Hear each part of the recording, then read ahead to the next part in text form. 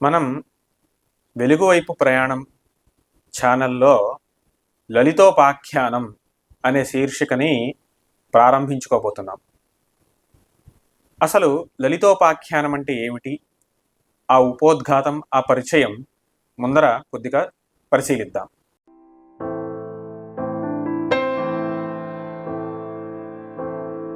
గజాననం భూతగణాధిసేవితం కపిత్థజంబూ ఫలసారభక్షితం ఉమాసుతం శోక వినాశకారణం నమామి విఘ్నేశ్వర పాద పంకజం. శారదా శారదాంభోజవదనావదనాంబుజే సర్వదా సర్వదాస్మాకం సన్నిధిః సన్నిధిం క్రియాత్. గురవే సర్వలోకానాం భిషజే భవరోగిణాం నిధయే సర్వవిద్యానాం దక్షిణామూర్తయే నమః. అరుణాం కరుణాతరంగితాక్షీం ధృతపాశాంకుశపుష్పబాణచాపాం అణిమాతిభిరావృతాం మయూఖైః అహమిత్యేవ విభావయే భవానీం. శ్రీ గురుభ్యో నమః. వెలుగువైపు ప్రయాణం ఛానల్ ప్రేక్షకులందరికీ స్వాగతం. మనకి ప్రసిద్ధంగా అమ్మవారి గురించిన అంశాల్లో లలితా సహస్రనామ స్తోత్రం, అలాగే సౌందర్య లహరి, ఇవి మనకి బాగా ప్రచారంలో ఉన్నాయి. అమ్మవారి యొక్క ఆరాధన, అమ్మవారి యొక్క ఉపాసన భారతదేశం మొత్తం అంతటా వ్యాపించి ఉంది. ఇందులో కొంత విశేషాలు ఉంటాయి, చిన్ని భేదాలు ఉంటాయి. అవి ఏమిటి అంటే, ఒక్కొక్క ప్రాంతంలో అమ్మవారి యొక్క ఆరాధన, ఉపాసన ఒక్కో విధంగా ఉంటుంది మనకి భారతదేశం మొత్తం మీద కూడా.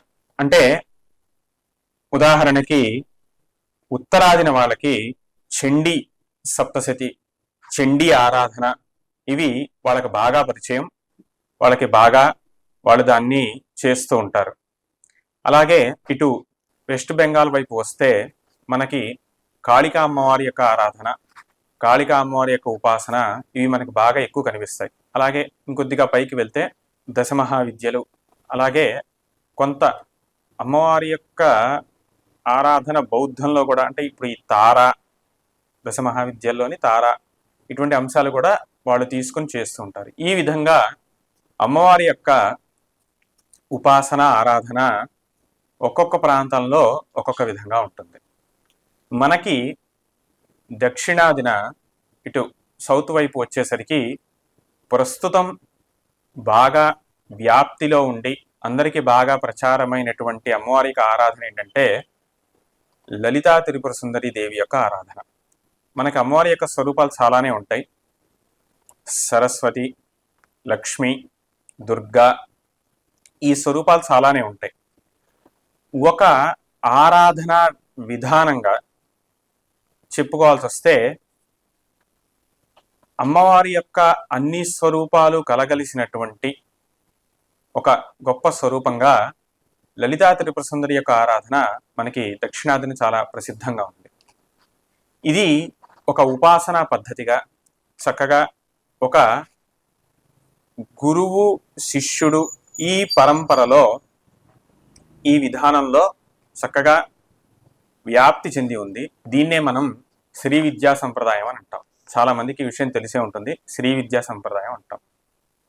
ఈ ప్రధానంగా ఈ దేవతా స్వరూపం ఎవరంటే మనకి తమిళనాడులో కాంచీ క్షేత్రంలో ఉన్నటువంటి కామాక్షి పరదేవత. కామాక్షి అమ్మవారి యొక్క స్వరూపం ఏదైతే ఉందో ఆవిడే శ్రీ విద్యా సంప్రదాయానికి అధిదేవత. ఆవిడే కామాక్షి పరదేవత. ఆవిడికి సంబంధించినటువంటి, ఆ స్వరూపానికి సంబంధించినటువంటి ఆ స్తోత్రాలు అవే ఇదివరకు మనం చెప్పుకున్నటువంటి చాలా ప్రసిద్ధిగా ఉన్నటువంటి లలితా సహస్రనామ స్తోత్రం, అలాగే సౌందర్య లహరి. లలితా సహస్రనామ స్తోత్రం మనకి పురాణాంతర్గతంగా ఉంది, అంటే పురాణం నుంచి మనకి ఇది లభిస్తుంది, బ్రహ్మాండ పురాణాంతర్గతంగా. ఈ విషయం అందరికీ తెలిసిందే. సౌందర్య లహరి స్తోత్రం మనకి జగద్గురువులైనటువంటి ఆదిశంకర భగవత్పాదుల వారు అనుగ్రహించినటువంటి స్తోత్రం. ఈ రెండు స్తోత్రాలు కూడా మనకి అమ్మవారి యొక్క స్వరూపం, అమ్మవారి యొక్క వైభవం, అమ్మవారి యొక్క ఆరాధన, మంత్ర విశేషాలు, కథ, ఇలాంటి చాలా చాలా విశేషాలు ఈ 2 స్తోత్రాలు మనకి చాలా విస్తృతంగా అందిస్తూ ఉంటాయి. అందుకే ఈ స్తోత్రాలు చాలా వ్యాపించి ఉన్నాయి. చాలామంది స్తోత్ర పారాయణలు చేసి గొప్ప గొప్ప ఫలితాలు కూడా వాళ్ళు పొందుతూ ఉంటారు. అందుకని ఇవి చాలా వ్యాప్తిగా ఉన్నాయి. ఇప్పుడు ఒక అవతారం లేదా అమ్మవారి యొక్క స్వరూపం చూస్తే సహజంగా అందరికీ కలిగేటువంటి ఒక జిజ్ఞాస ఏంటంటే, ఆవిడ ఎవరు, ఆవిడ ఎలా ఆవిర్భవించింది, ఆవిడ యొక్క కథ ఏమైనా ఉందా, ఆవిడ యొక్క అవతారం స్వరూపం ఏమిటి, ఇవన్నీ కూడా. ఉదాహరణకి ఏ రామ అవతారమో కృష్ణావతారమో తీసుకుంటే వారి యొక్క కథ, అవతారం ఇవన్నీ కూడా మనకి రామాయణం ద్వారా అలాగే భారతాదుల ద్వారా మనకు తెలుస్తూనే ఉంటుంది. మరి లలితా త్రిపుర సుందరి అమ్మవారు ఎవరు, ఆవిడ ఎలా ఆవిర్భవించారు, ఆవిడ చేసిన అవతార గాథ ఏమిటి అంటే, నిజానికి ఈ విషయాలన్నీ కూడా మనకి లలితా సహస్రనామాల్లో ఆ కథాభాగం అంతా కూడా వస్తుంది. భండాసుర వధోద్యుక్త శక్తిసేన సమన్విత అనే నామం నుంచి ప్రారంభించి ఈ కథాభాగం అంతా కూడా మనకు ఆ నామాల్లో వస్తుంది. ఆ నామాలకు అర్థం చూసినప్పుడు క్లుప్తంగా ఈ కథాభాగం మనకి తెలుస్తూనే ఉంటుంది. మనకి లలితా సహస్రనామం యొక్క కూర్పు చాలా అద్భుతంగా ఉంటుంది. మొదట అమ్మవారు ఎవరని చెప్తారు, శ్రీమాత, శ్రీ మహారాజ్ని, శ్రీమత్ సింహాసనేశ్వరి అని. తరువాత అమ్మవారి యొక్క వర్ణన వస్తుంది. పాదములు మొదల నుంచి కేశముల వరకు అమ్మవారి యొక్క వర్ణన వస్తుంది. తరువాత కామాక్షి కామదాయిని, ఆవిడే కామాక్షి పరదేవత అన్నటువంటి ఆ స్వరూప వర్ణన వస్తుంది. అటు తరువాత ఈ కథాభాగం వస్తుంది. అలా ఒక అద్భుతమైనటువంటి విధానంతో, కూర్పుతో మనకి లలితా సహస్రనామాలు అందించబడ్డాయి.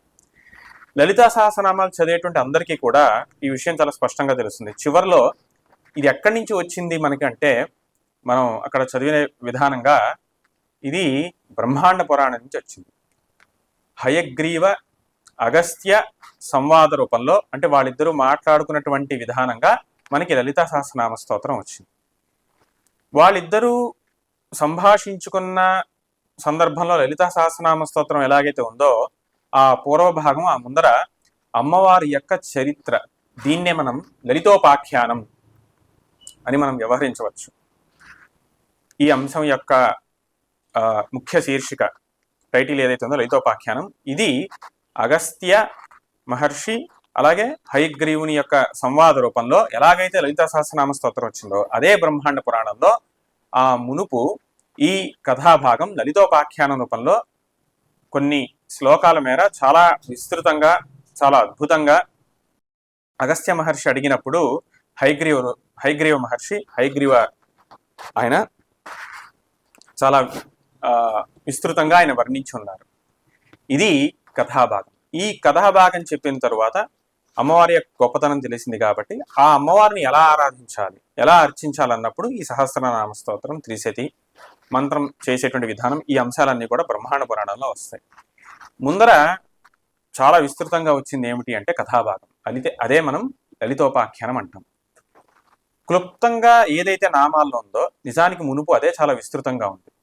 కాబట్టి ఈ కథాభాగం మనం గమనిస్తే చాలా విస్తారంగా, విస్తృతంగా, అద్భుతంగా మనం అమ్మవారి యొక్క లీల, ఆవిడ యొక్క శక్తి, ఆవిడ యొక్క పరాక్రమం, ఆవిడ నుంచి ఎంతెంతమంది దేవతలు వచ్చారు, ఆవిడ రాక్షసుల్ని ఏ ఏ విధాలుగా సంహరించింది అనేటువంటి అన్ని అంశాలు కూడా చాలా అద్భుతంగా పరిశీలించవచ్చు.